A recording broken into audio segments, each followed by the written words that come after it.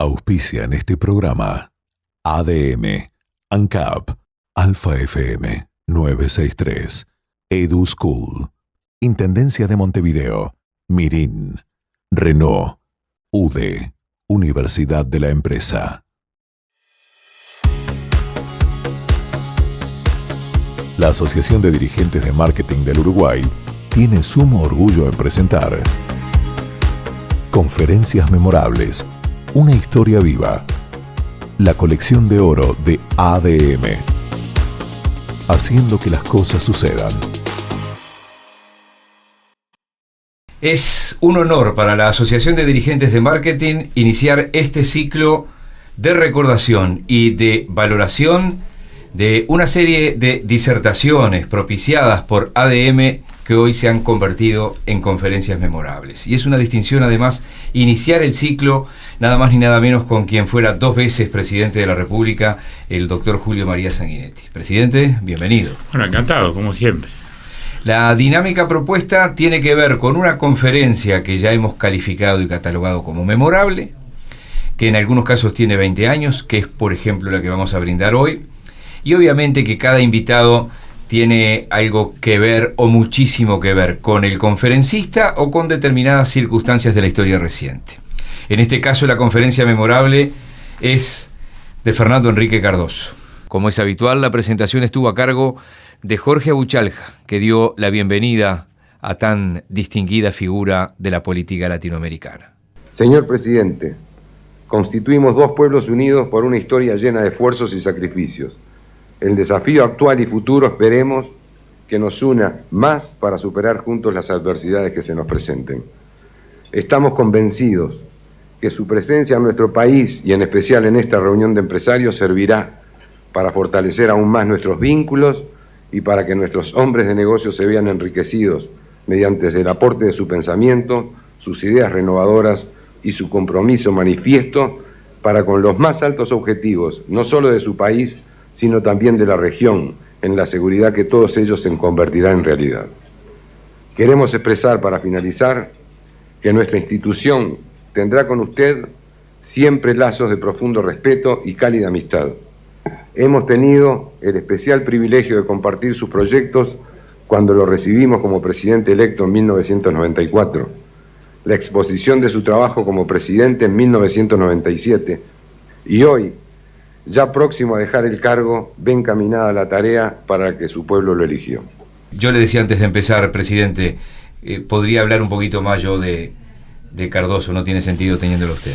No, Fernando Enrique es una figura muy singular, y muy singular adentro mismo de Brasil, porque los presidentes han tenido todos sus connotaciones, digamos, ¿no?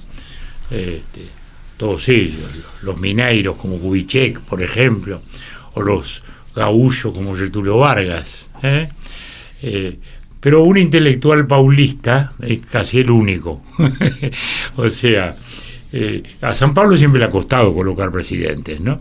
A pesar del polo industrial. No, polo industrial. Digo que el poderío económico capaz que... Enorme. San Pablo, si fuera independiente, sería igual el segundo país de América Latina. Abajo de Brasil. Bueno, pero Fernando Enrique tiene una gran trayectoria como intelectual, como sociólogo, que en su tiempo tuvo una posición muy relevante. Yo diría en interpretaciones de lo que hoy llamaríamos izquierda, siempre dentro del espectro democrático, naturalmente, casado a su vez en su tiempo con otra socióloga también muy importante, Ruth, con la cual tuvo un largo matrimonio, también una figura muy importante. Y fue muy curioso cómo fue derivando hacia la política, digamos, ¿no? Digamos, sobre el fin de la dictadura militar, que fue del 64 al 85. Fue una larga dictadura muy peculiar, ¿no? Muy distinta al del resto. Fue la primera también. La Revolución Cubana fue el 59 y el golpe de Estado en Brasil fue el 64. Es la secuencia de la Guerra Fría que marcó aquellos años de guerrillas inspiradas en la Revolución Cubana y golpe de Estado inspirados del Pentágono o de otros lugares. Ahora bien, Fernando Henrique representa entonces una cosa muy particular, un intelectual, ¿no? Fue candidato al Senado, tuvo algún fracaso electoral, subsistió porque él estaba más allá de la peripecia, digamos, electoral, porque igual era una figura al cual todos le iban a pedir opinión.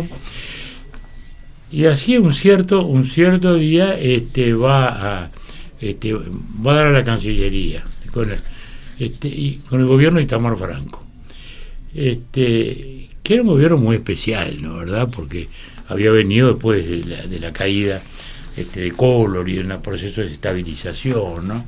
Era un personaje muy simpático, muy simpático. Yo recuerdo que un día lo fui a ver a Fernando Henrique Cardoso, y no estaba de canciller. Y entonces le digo, bueno, le había anunciado que quería saludar al presidente. Bueno, pues, charlamos lo que teníamos que charlar y salimos para el Planalto. Le digo, ¿pero ¿arreglaste alguna hora? No, con Itamar no hay agenda prevista. No hay agenda. Pero ¿cómo que no hay agenda? Es presidente de Brasil.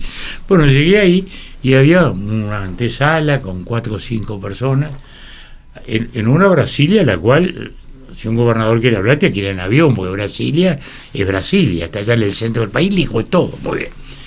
Y entonces fue la finalidad de centralizar, ¿no? Por allá entro y fue muy gracioso, ¿no? Porque me dice, no se preocupe, no tal.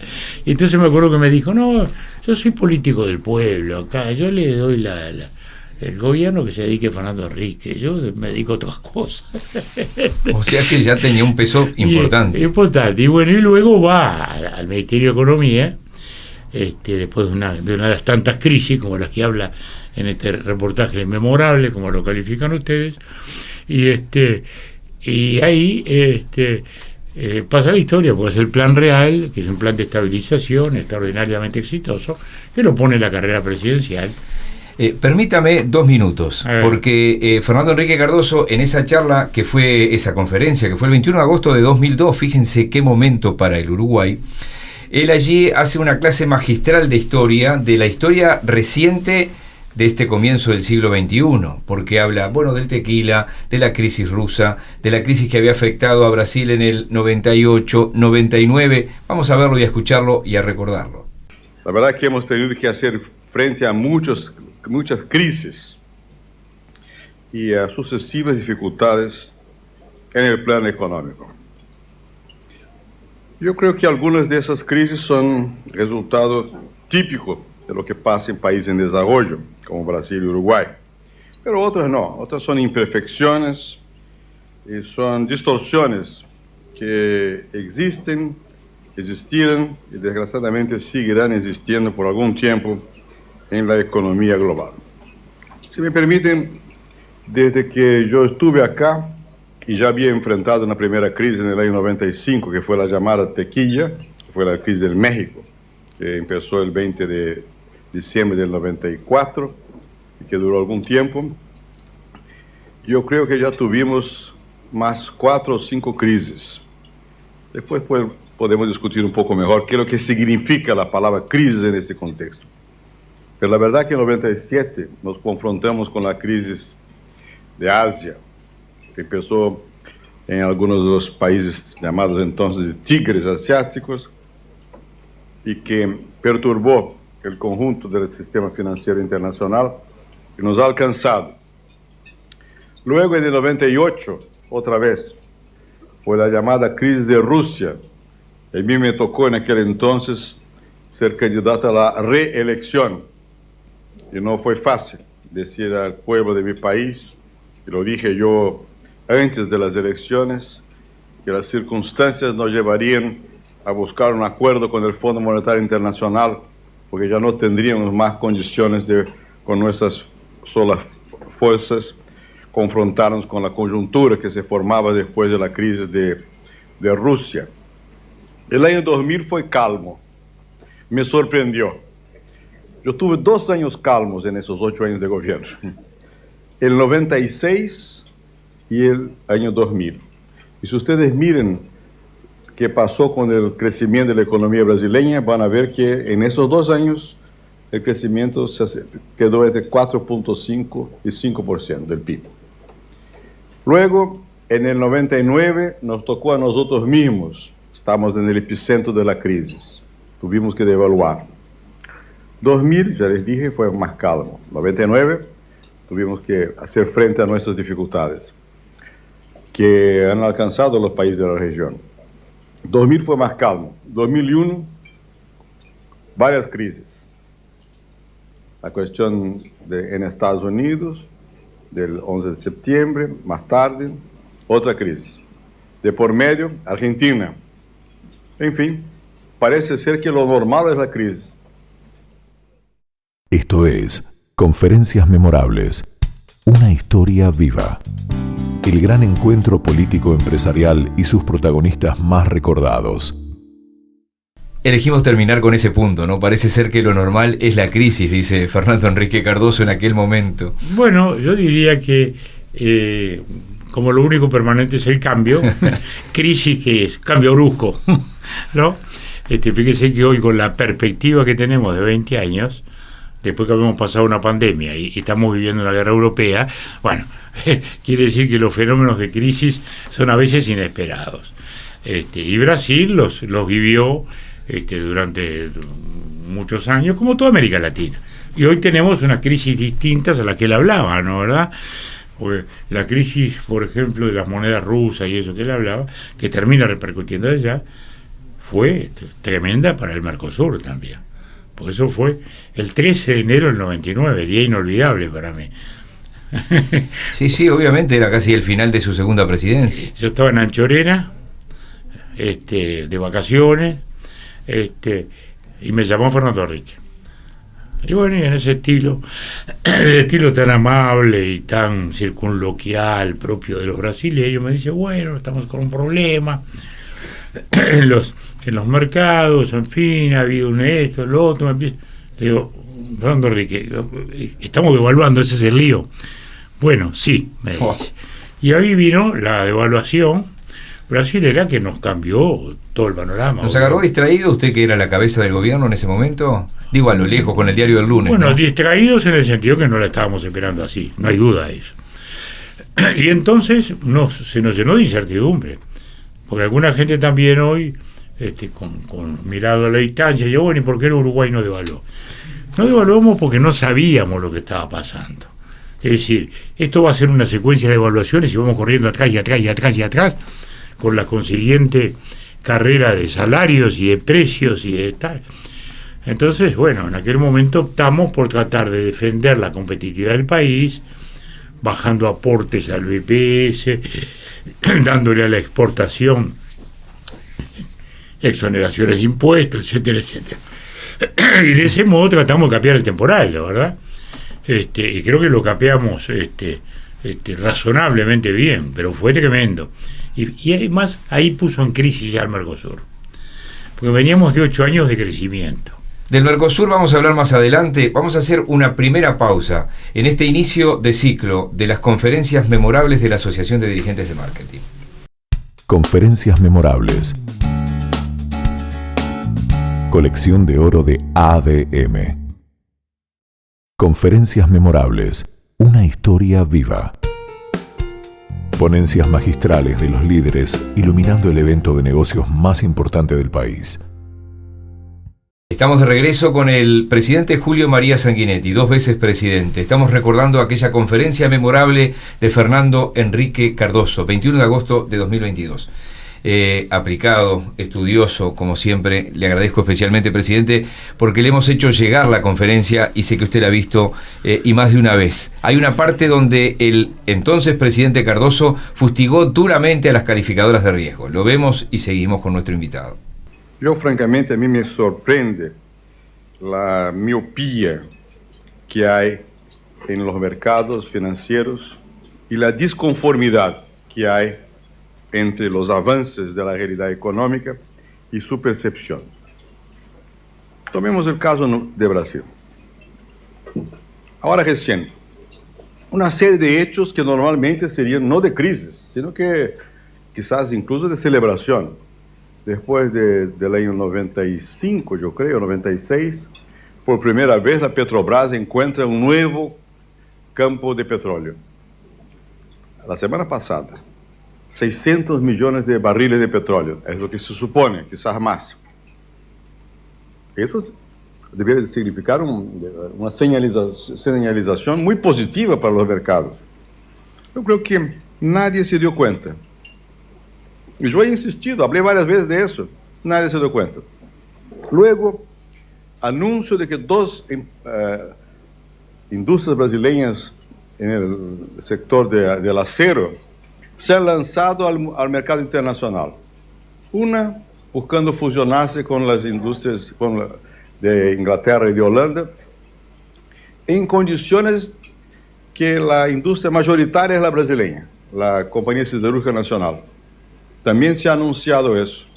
Enseguida, un otro grupo importante, Gerdau, hace una asociación con los canadienses y se vuelve la tercera más grande productora de acero en Estados Unidos. Solamente el grupo Gerdau va a producir con esa asociación 6 a 7 millones de toneladas de acero. Bueno, son noticias que me parecen ser positivas. Luego surgió la noticia también positiva de que la cosecha este año en Brasil va a quizás sobrepasar 100 millones de toneladas de granos, por primera vez en la historia. Yo repito siempre para que tengan alguna idea de proporción. Al comienzo de la década de los 90, la producción era de alrededor de 55, 56 millones de toneladas. O sea, casi doblamos la producción de granos en el país. Soja, maíz, y por ahí va. Y eso sin una expansión muy fuerte del área plantada, o sea, productividad. También esa noticia salió recién. Luego, durante algún tiempo, se había criticado mucho, con alguna razón, que el gran problema en Brasil sería el hecho de que no estábamos siendo capaces de generar superávites en nuestro comercio exterior. Bueno, el año pasado logramos 2.4 mil millones. Este año, en lo que va del año, ya llegamos a 4.6 mil millones.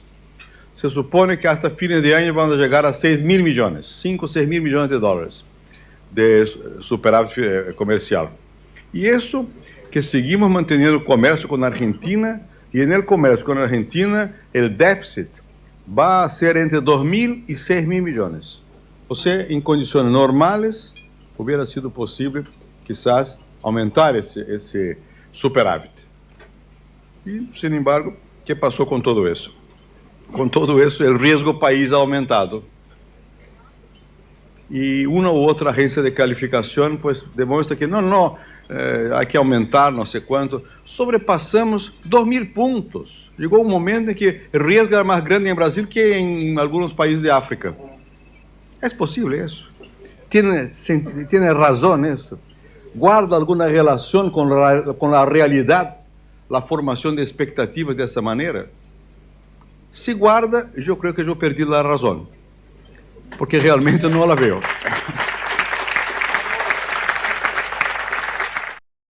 Conferencias memorables. Colección de oro de ADM. Especialmente molesto, ¿no?, con las calificadoras de riesgo. Bueno, es natural, porque es una suerte de dictadura. Estamos todos mirando la calificadora de riesgo todo el tiempo, los diarios, a ver qué pasa, ¿no? Y es más dramático cuando uno alguna vez toma contacto con la realidad y dice, ¿quién está calificando de pronto al Uruguay? Bueno, un muchachito inteligentón, recién salido de Harvard, que tiene 24 años, y ese es el que está juzgando, que está siguiendo la economía de Uruguay, y es el que hace el informe. Y uno dice, bueno, pues estamos en manos de este muchacho, ¿no? Bueno, eso cuando uno se aproxima a la realidad de lo que es una calificadora de riesgo, que es un grupo de análisis, ¿no?, constante. Y hay momentos en los cuales pueden ayudar como pueden dañar, porque pueden ser proactivos en la crisis. Sí, dejar sin crédito a un país de repente, ¿no? Natural. Por eso, y como además hay una hipervaloración de la calificación de riesgo, porque eso debería ser digamos, un indicador para los inversores, para la gente de la bolsa.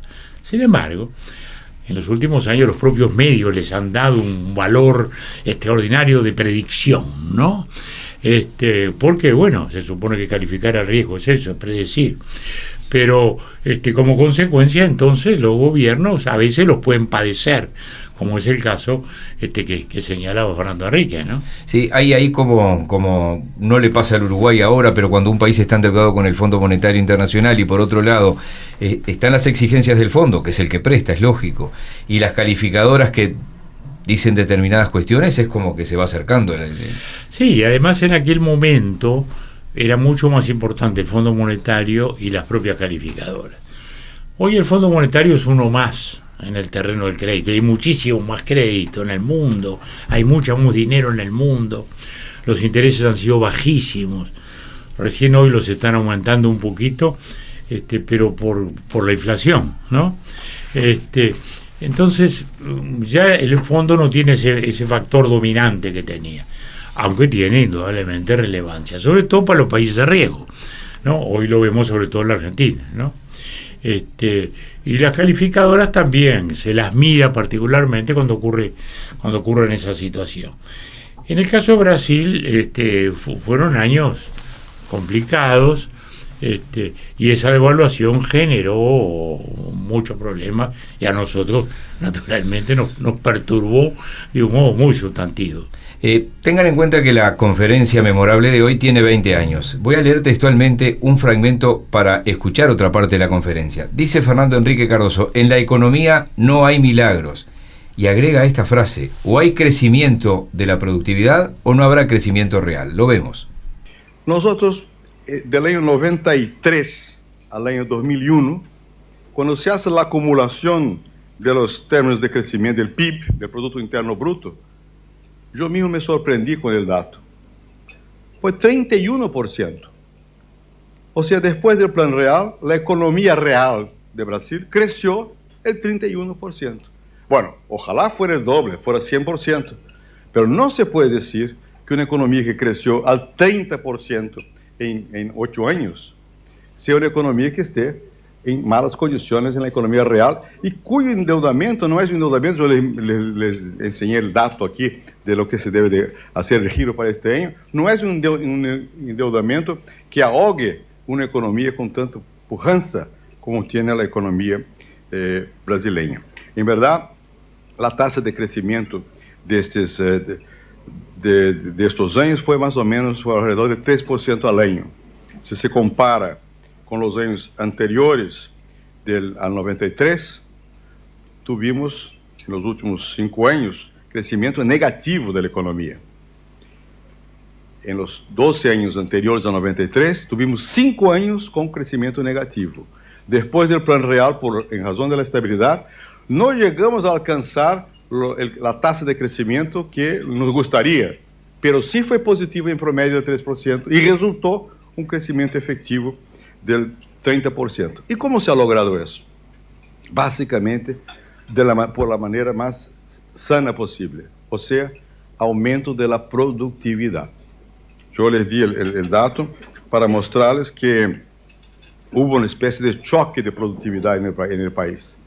En la cuestión agrícola, me parece que es obvio, pero la verdad que del año 91 hasta ahora, la productividad física del trabajo ha más que duplicado.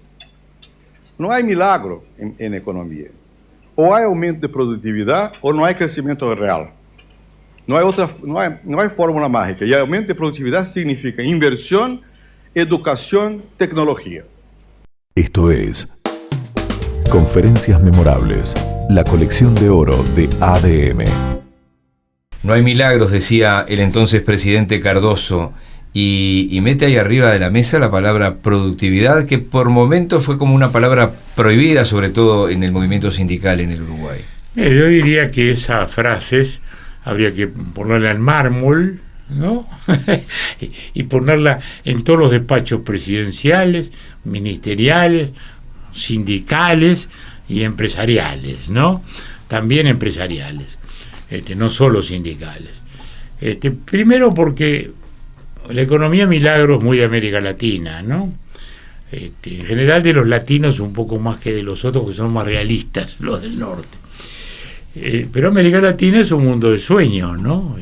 Siempre confundimos aspiraciones con realidades, sueños con la vida diaria, y eso nos ha llevado a esas crisis cíclicas.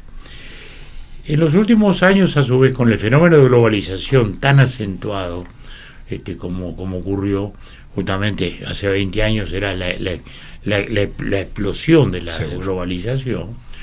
Después hubo algunos retrocesos. Naturalmente pasaba a ser relevante el fenómeno de productividad, que siempre lo había sido importante. Pero en economías más cerradas no era tan importante la productividad, porque había controles de cambios que alteraban los precios relativos de las mercaderías y de los tipos de cambio, en fin, etcétera, etcétera, etcétera. Pero cuando el mercado se globaliza, pasa a ser un factor determinante la productividad. Y ahí es donde vienen los éxitos o los fracasos, ¿no? Y eso pasó a ser, por ejemplo, muy relevante en los países agrícolas, ¿no? Porque uno imagina la productividad siempre asociada a la industria, ¿no? Al rendimiento obrero, ¿no? A la cadena Ford, ¿no? A la película de Chaplin en los tiempos modernos, sí, los ¿no? tiempos modernos. No. La gran fuerza de productividad se dio en el agro, y Fernando Henrique habla en algún momento de esta conferencia. Sí, cuando habló de que lo que no veían las calificadoras, cómo se duplicaron producciones. Exactamente. ¿No? Y él habla de cómo se duplicó. Y ahí viene una cosa importante en la historia de Brasil. Brasil se soñó un país industrial. En los años 30, el Brasil de Getúlio, aún el Brasil de Kubitschek, se soñó una gran potencia industrial, ¿no? Mirando hacia Estados Unidos, mirando hacia Alemania, mirando hacia Japón, de las cuales de algún modo también San Pablo es un microcosmo de Japón, de Corea, de todo eso. Sin embargo, Brasil en lo que ha sido potencia es en la agricultura, donde realmente es una potencia mundial en base a esa productividad. Y eso nos llega a nosotros también en Uruguay. Sí, cuando ellos le han prohibido exportar carne, nosotros pegamos saltos gigantescos. Por eso mismo. Y la productividad de nosotros no fue extraordinaria. Pongamos por caso arroz, un cultivo difícil que requiere mucha inversión en maquinaria, inversión en agua, etcétera, etcétera, etcétera. El Uruguay tiene una formidable productividad, resultado de años de experimentación, porque las ciencias agrícolas no son ciencias exactas, depende de cada clima, de cada microclima, por ejemplo. Entonces, eso también ha sido relevante para nosotros. El cambio de productividad ha sido muy dominante, no solo en la industria, sino en el agro, y ahora también en los últimos años para nosotros en la logística. Ya vamos a volver con el presidente Sanguinetti recordando esta conferencia memorable de Fernando Henrique Cardoso. Brasil nos mira poco, puede ser. Fernando Henrique Cardoso sabía bien lo que pasaba en este país en el 2002, y de eso vamos a hablar enseguida. Esto es Conferencias Memorables, una historia viva. El gran encuentro político-empresarial y sus protagonistas más recordados. Conferencias Memorables, una historia viva. Ponencias magistrales de los líderes iluminando el evento de negocios más importante del país. Es probable que aquí esté uno de los puntos más altos de la conferencia. Fernando Henrique Cardoso conocía muy bien lo que estaba pasando en Argentina y sobre todo en Uruguay, donde estaba disertando en esta conferencia de la Asociación de Dirigentes de Marketing. Presidente, vamos a escuchar ese momento en el que Fernando Henrique Cardoso habla de las fortalezas democráticas de nuestro país. Ahora me permitan ejemplificar con el Uruguay.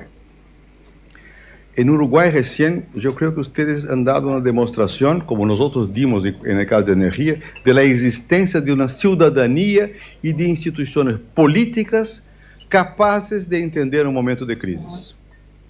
Y la reacción de los ahorristas de Uruguay frente a la dificultad de los bancos fue notable, porque no fue de pánico, fue de comprensión del proceso. ¿Por qué? Porque Uruguay tiene instituciones fuertes y creencias políticas importantes, valorativas. Aquí,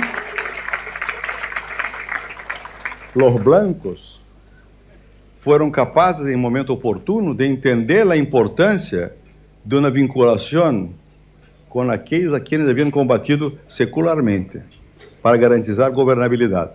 Y la oposición que está afuera de este juego, blancos y colorados, no ha hecho una presión en momentos de dificultad. Puede no haber quizás votado algo, yo no sé, no estoy al tanto, pero no sobrepasó los límites de la comprensión del interés nacional. ¿Por qué? Porque hay ciudadanía en Uruguay, porque hay democracia en Uruguay. Entonces, ¿por qué dudar de la capacidad de nuestros pueblos?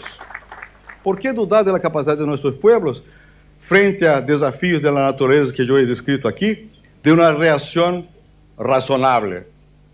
¿Por qué creer que son los que hacen esos cálculos de riesgo que son los que tienen la razón frente a toda la incompatibilidad entre sus proyecciones y lo que pasa en la realidad? No puedo aceptar el argumento de que por cuestiones políticas no se puede más financiar estos países. Son países que ya han demostrado su madurez democrática y que han sido capaces de, frente a cualquier dificultad, buscar fórmulas que permitan que se siga adelante, porque hay un pensamiento más de cohesión que es más fuerte que todo. Conferencias memorables. Colección de oro de ADM. Fue un momento hasta emocionante este de la conferencia. Primera cosa, Fernando Henrique era un hombre con una visión latinoamericana, conocía Latinoamérica. En la dictadura vivió en Chile, por ejemplo, porque estuvo en CEPAL. Y eso le da una visión un poco distinta a la que suelen tener los políticos brasileños, que en el macromundo brasileño se hunden y miran poco hacia más allá. Como en general América Latina entiende poco también de Brasil, o mira poco a Brasil, salvo en el fútbol. Entonces él es un hombre atento a todo. Yo recuerdo hace muchos años en CEPAL, cuando él estaba en CEPAL, años de la dictadura, dio una conferencia de temas de desarrollo, y recuerdo muy bien cuando comparó a Valle Ordóñez y a Getúlio Vargas, por ejemplo, ¿no? O sea, es un hombre que conoce todo lo nuestro y lo sigue. Y en el caso era natural. Él estaba mirando el Uruguay, que estaba en ese momento en un punto muy crítico, y apelaba a lo que eran las fortalezas institucionales del país, que efectivamente así ocurrió. En otros países quizás una crisis de ese tipo financiera, porque las crisis financieras tienen un factor distorsionante que no lo tienen, digamos, las crisis económicas en general, que pueden ser malos momentos de desocupación, de caída de precios, pero las crisis financieras generan un clima de desasosiego a veces insuperable. Sí, y la confianza se cae y se despeña. Bueno, en la Argentina había pasado, se cayó todo, se caían los presidentes como si fueran... Sí, hubo aquello de 4 o 5 presidentes en un cortísimo lazo. Exactamente, en 40 días. Entonces, es en ese contexto en que Fernando Henrique habla de la institucionalidad uruguaya, que él conocía muy bien históricamente, digamos así, y que en esos momentos resplandeció realmente, porque hoy, mirado a la distancia, ha sido un episodio que todo el mundo reconoce que se hizo lo mejor posible, porque no caímos en el default, salvamos el crédito del país, y al año siguiente el Uruguay ya estaba creciendo a una tasa excelente, que nos permitió llegar a la elección con normalidad. Se pagó un fuerte tributo político, pero hoy... Sí, el Partido Colorado pagó un precio, ¿no? Enorme, pagamos un enorme precio, que se ha prolongado en el tiempo. Porque en un sistema de balotaje y eso, el que entra tercero tiene una enorme dificultad. Bueno, pero pese a eso, yo diría que son los orgullos también del Partido Colorado, porque dijimos en la última gran crisis del país, el partido demostró una vez más ser básicamente un partido de gobierno. Y el país todo demostró tener una institucionalidad fuerte. No hubo tanta unanimidad como se dice. No, porque en algún momento el doctor Vázquez insinuó el no pago. No, insinuó, propuso el default públicamente en la Radio Espectador, lo recuerdo perfectamente. Pero en fin, Pero después, el día que, por ejemplo, asume Alejandro Achugarri al frente del Ministerio de Economía, allí hubo presencias importantes en ese momento, de la coalición de gobierno, de la coalición de izquierda, digo. Un cambio adentro del gobierno, y se advirtió que la línea del gobierno era la adecuada. Tampoco el Frente votó la ley, ¿no? No, se retiró de sala, por lo que recuerdo. Que reperfiló lo que... Bueno, en cualquier caso, digamos que la institucionalidad uruguaya funcionó cabalmente, cada uno jugó su rol, y eso ha sido sustantivo para el posterior crecimiento del país y su clima de inversiones y el empleo de la gente. Sí, hubo en algún momento también algunos economistas que ni cerca de la izquierda están, que habían insinuado que la posibilidad de que el doctor Jorge Valle renunciara, que fue cuando Valle dijo, nadie mejor que usted conoce la historia de don Luis Valle y de Jorge Valle, ¿no? Dicen, la presidencia solo me voy cuando termine el mandato con los pies para adelante. Eso era una frase que nos inculcó Luis Valle, el padre de Jorge. Por eso le digo. El padre nos lo dijo, y nosotros lo tenemos en el ADN. Está en el ADN vallista, en nuestra concepción del Estado. Y así lo hemos entendido. Sí, alguna vez hubo esos rumores, mucha gente del medio empresarial especialmente pensó eso, porque imaginaba haberlo desbordado al presidente o al gobierno. No era el caso, y bueno, creo que eso terminó fortaleciendo a toda la institucionalidad, y también hay que reconocer que hubo roles preponderantes, el de los técnicos, por ejemplo, que muchos están, por suerte, hoy activos, ¿no? Eran muy jóvenes, ¿no? Caso Lito Alfie, que era muy joven, Ariel Dabrie, Steneri, están todos activos, por suerte. Julio de Brun, que fue presidente del Banco Central, momentos muy difíciles. Bueno, Gurméndez de nuevo en la presidencia de Antel, por ejemplo. Sí, también. Que no tenía que ver con el equipo. No, pero habló de los que estaban allí. Y el embajador, que era Hugo Fernández Fáñez, que hoy está retirado de la vida política, pero está viviendo en Punta del Este. Entonces, fue un equipo formidable de gente de Estado, ¿no? Lo digo porque a veces se mira al político simplemente como alguien que está en la vida electoral, en la conquista del aplauso de la gente, a la casa del voto. Y esta es toda gente que, digamos, miró al Estado, miró al país, sobre esa base de una cultura institucional de la República que felizmente ahí resplandeció, y que es lo que Fernando Henrique elogia en este pasaje tan importante de su charla. Permítame la última pausa, y venimos con el final de este recuerdo a una conferencia memorable, la de Fernando Henrique Cardoso en agosto de 2002. Esto es Conferencias Memorables, una historia viva.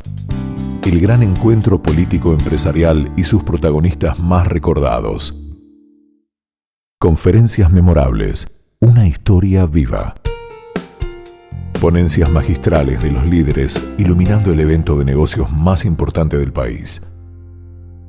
Casi 20 años después de esa conferencia memorable de Fernando Henrique Cardoso, todos sabemos lo que ha estado diciendo en estas semanas, en estos meses, el presidente Lacalle Pou sobre el Mercosur y esa flexibilidad que está pidiendo Uruguay.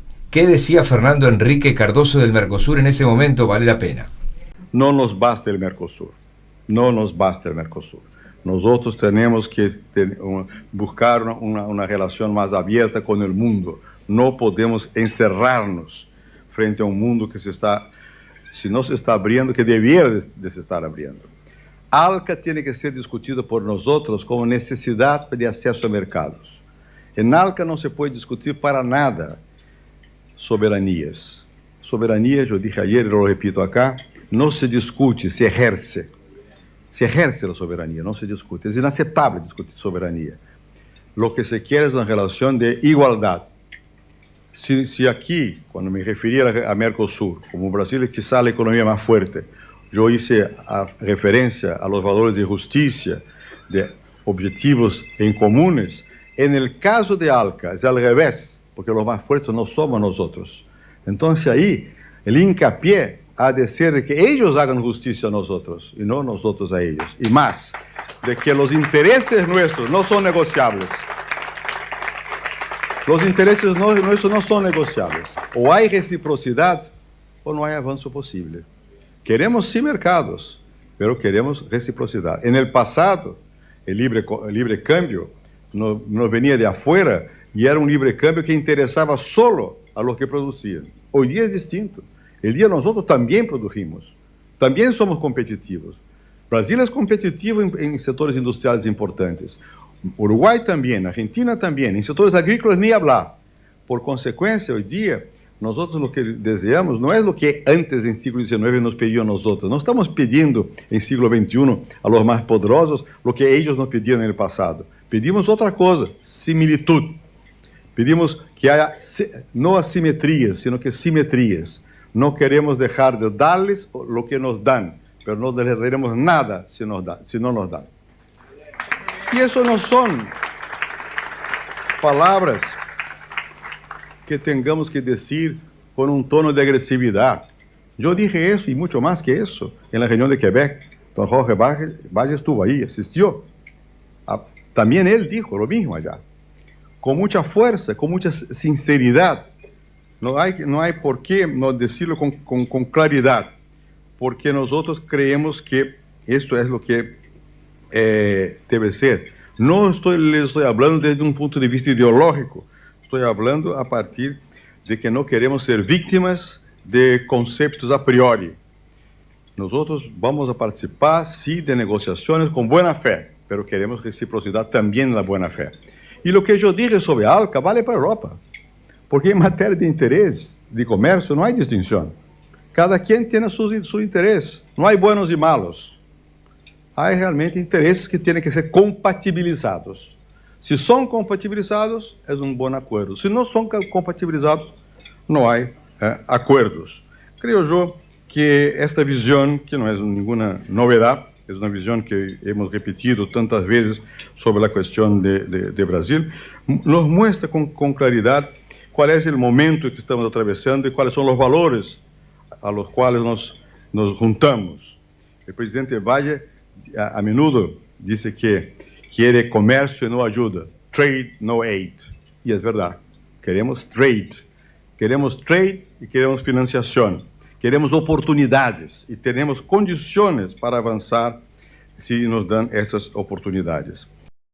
Esto es Conferencias Memorables, una historia viva. El gran encuentro político empresarial y sus protagonistas más recordados. Fernando Enrique Cardoso arrancó diciendo: no nos basta el Mercosur, y esto era hace 20 años.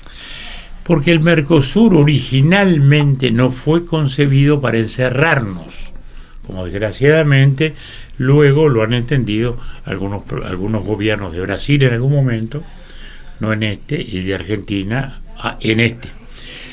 El Mercosur siempre se pensó ¿cómo? Tenemos que competir en el mundo. El mundo se globaliza. Hay que tener la mejor economía de escala, la mejor productividad posible para competir con éxito. ¿El Mercosur qué era? Era ampliar el espacio económico de cada país para, en esa dimensión, irnos especializando de modo de lograr la máxima productividad del conjunto. Si el Uruguay produce naranjas mejor que Brasil, se va a especializar en eso, va a crecer más en naranja que Brasil, o en arroz, por decir algo. Esa fue la idea. Nunca fue encerrarnos. La palabra clave era regionalismo abierto. Ese era el leitmotiv, plataforma de lanzamiento, no muralla de encierro. Entonces, por eso que Fernando Enrique dice eso. Y la verdad es que los primeros 8 años, del 91 hasta el 99, hasta la devaluación brasilera, fueron 8 años en que todo resplandeció. Solo crecía el comercio, que era muy, muy débil hasta entonces, todo funcionó. La devaluación brasileña nos hizo tocar una fragilidad sustantiva del Mercosur, que es la simetría. Uno de los socios es el 80% del PBI. Entonces, un estornudo en él es una neumonía en el conjunto. ¿Qué fue lo que nos pasó ahí? A partir de allí se empezó a complicar la cosa, porque el cambio de precio relativo nos generó una situación crítica en todos lados, y y luego vinieron los gobiernos argentinos muy complicados, los gobiernos Kirchner ni hablar, no cumplían ninguna sentencia, no cumplían ninguna norma, y el Mercosur entró ahí a declinar. Sigue siendo una presencia importante y debería serlo, o podría serlo mucho más de lo que está. Pero cuando se habla de flexibilidad, se habla justamente de tener o de retornar al espíritu mismo del Mercosur, que era el regionalismo abierto, no el regionalismo cerrado, no el regionalismo feudal atrasado que nos aleja del mundo global. Entonces, ¿ha hecho bien el presidente Lacalle Pou en plantearlo de esta manera? Sin ninguna duda, ese es el rumbo, esa es la orientación. El Mercosur tiene que ser eso, un mayor espacio económico para poder competir mejor hacia el mundo. Así que es muy lindo escucharlo a la distancia, a Fernando Henrique, ver cómo ha sido un hombre de perspectiva, cómo ha sido un hombre de perspectiva histórica, y cómo el intelectual ha enriquecido al político y el político le ha dado realismo al intelectual, porque también tuvo sus épocas soñadoras, Fernando Henrique, obviamente. que luego cambió, o que luego cambió. Y todos tuvimos utopía, se supone, ¿no? Pero creo que ha sido un enriquecimiento respectivo, ¿no? ¿Verdad? Presidente, un honor para la Asociación de Dirigentes de Marketing que este ciclo de conferencias memorables comenzara con su análisis de alguien que no es un colega suyo, es un amigo personal suyo de tantas décadas, que ya tiene 91 años. Muchísimas gracias. Gracias a ustedes. Y a ustedes. Cada semana tendremos una conferencia memorable, propiciada por la Asociación de Dirigentes de Marketing. Hasta la próxima. Hasta aquí. La Asociación de Dirigentes de Marketing del Uruguay presentó Conferencias Memorables, una historia viva. La colección de oro de ADM. El gran encuentro político empresarial y sus protagonistas más recordados. Colección de oro. ADM, haciendo que las cosas sucedan. Auspiciaron este programa ADM, ANCAP, Alfa FM 963, Edu School, Intendencia de Montevideo, Mirin, Renault, UDE, Universidad de la Empresa.